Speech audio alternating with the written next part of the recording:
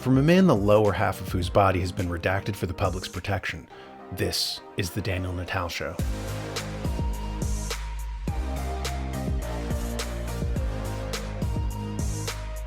Have you noticed how your dollars are not going as far lately?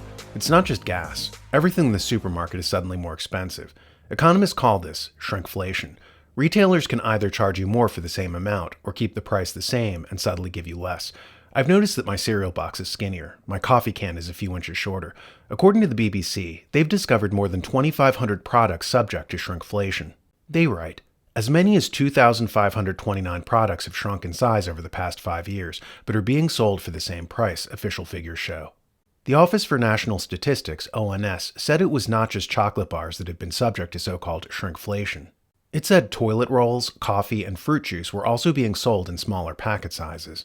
Basically, what's happening is that as the central bank hyperinflates the currency, it dilutes the value of each dollar in circulation. So it's not that the products are becoming more expensive, it's that the dollar's purchasing power is diminishing.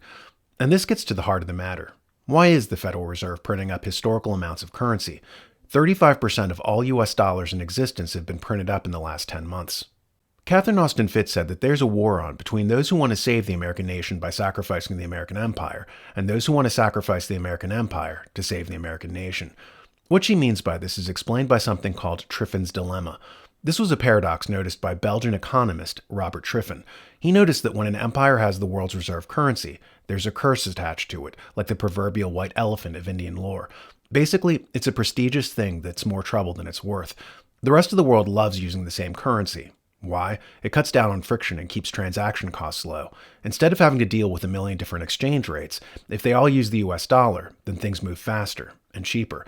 The problem with it is that to keep the world bathed in dollars, the US has to keep printing up currency. So, to please the rest of the world, they hyperinflate their money, but at the cost of triggering things like shrinkflation at home. See here. The Triffin dilemma describes a conflict of economic interests that is spawned out of a currency acting as a global reserve asset. In the reigning fiat monetary system, the US dollar is the dominant global reserve currency, and has been so since the 1940s. In the case of the USA, the Triffin dilemma, or the Triffin paradox, points out how the domestic interests of the country are in a constant state of conflict with the international interests brought by the dollar acting as a global reserve asset.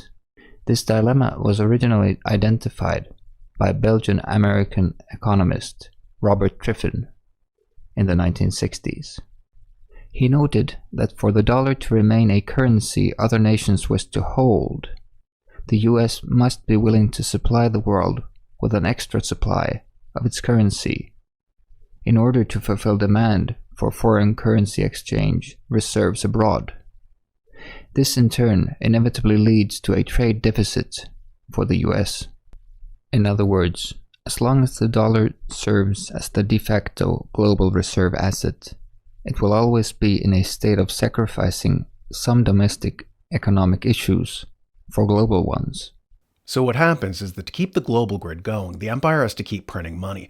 This hyperinflation eventually dilutes the currency to such an extent that it eventually collapses.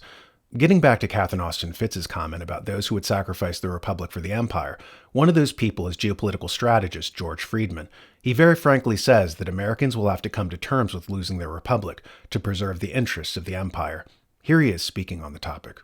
So when you think about it, it's a very young empire and one without the institutions for being an empire, and most of all, without the ability to face the fact openly of what we have become, and harboring illusions that, well, we can decide not to be this, we can be something else.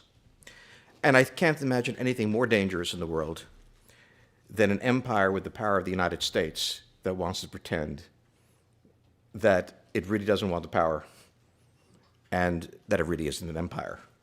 It's just a club of really nice guys trying to help out. That's a problem. The second problem deriving from this is that this empire is a tremendous threat to the republic. The United States was founded as a moral project And the heart of the moral project was anti-imperialism, the idea of national self-determination. And we were the first. And when we were founded, it was said that we should avoid entangling alliances, which was quite easy since no one really wanted to be allied with us. It is not clear to me that the Republic can survive. And I say that very unhappily because I regard the moral project as central to the United States. And yet, as with Rome, as with Britain, institutions must change. And the way we have changed it since World War II was to imbue the executive with enormous power, because that's how decisions have to be made. The executive is unstable in the way that the executive branch has evolved. Decisions are made, and you frequently cannot understand how the decisions are made, and multiple decisions are made that sometimes run against each other. And in the course of this, the air is being sucked out of the Republic. He's right. The main tension in the United States is based on its identity crisis. Is it a republic or an empire? And now here we are, hyperinflating the currency to try to grease the world economy in the interest of the empire. Countries like Honduras or Kenya or Micronesia cry out for more dollars to spur liquidity as the global economy sours. But as we do so, it sabotages our own domestic industries as things cost more here to pay for inputs to manufacture goods in America. Exporting does fine when you lower the value of the dollar by diluting it. So the American goods are cheaper overseas. If it costs less, foreigners will buy it. A weaker dollar, however, makes imports more expensive. This means that factories in America will shut down and more unemployment will be generated. There are already more than 30 million Americans out of work. And what happens in America when you make things more expensive to produce? Those factories close down here and open up overseas. So Triffin's paradox kicks in. As we become more global, we destroy the homeland. Kind of like a person who uses muscle gel to make fake muscles, but ultimately has less and less muscle and more chemicals. It's like saying hyperinflating the currency is a good thing as you inject yourself with silicone. In fact, it makes you weaker, and ultimately it damages your body and brings about an early death. To cut to the chase, just remember what it means the next time you go to the supermarket and witness the inflated cost of products firsthand. It's a barometer for how the system is not being run for your benefit or for the country's benefit, but rather for the empire.